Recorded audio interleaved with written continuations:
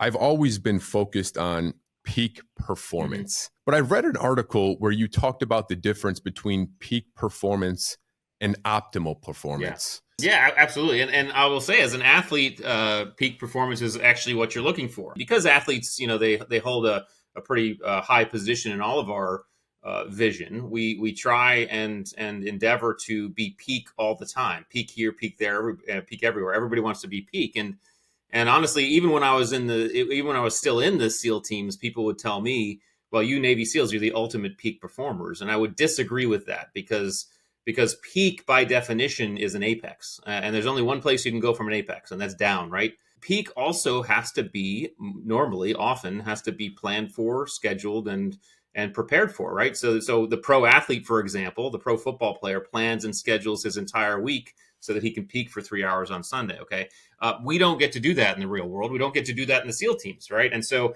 I said, really, what we are optimal performers. Optimal performance means that I am going to do the very best I can in the moment, whatever the best looks like in that moment, right? Sometimes our best looks like peak, and everything's flowing, and everything's clicking, everything's going great, right?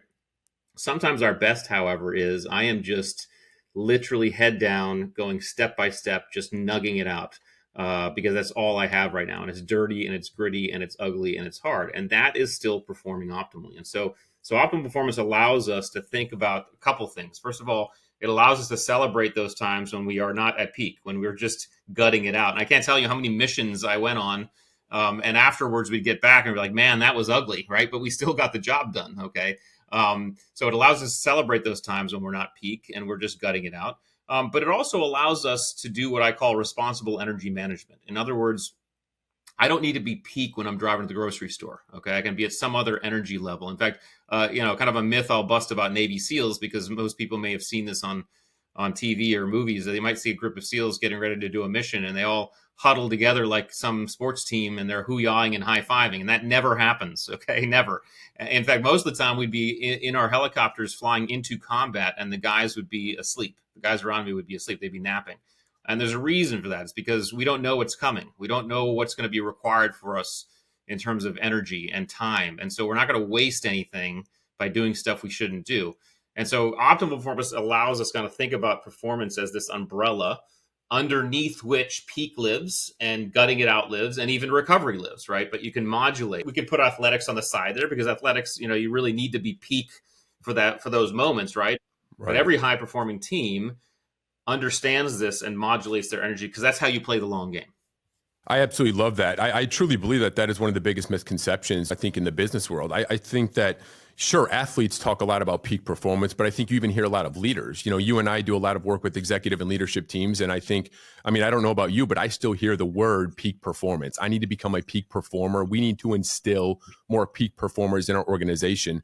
What is maybe an actionable step that, leaders can start doing to start creating and driving more optimal performers? Well, I think the first step is to define the terms properly. I think a lot of what I've found in the work that I've done, even when I was in the Navy, but certainly out of the Navy, is just, it comes down to semantics in some cases. And let's not define these terms in ways that we think they mean. But let's actually define terms in ways they actually are. And so just understanding that peak performance is absolutely allowed when it comes to optimal performance. You just can't do it all the time, right?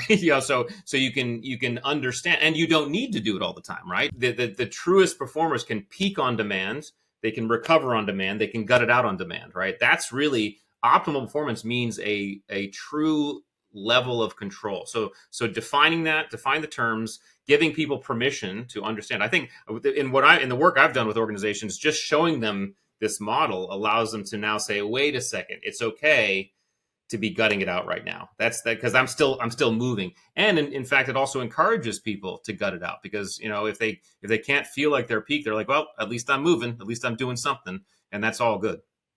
That is absolutely great.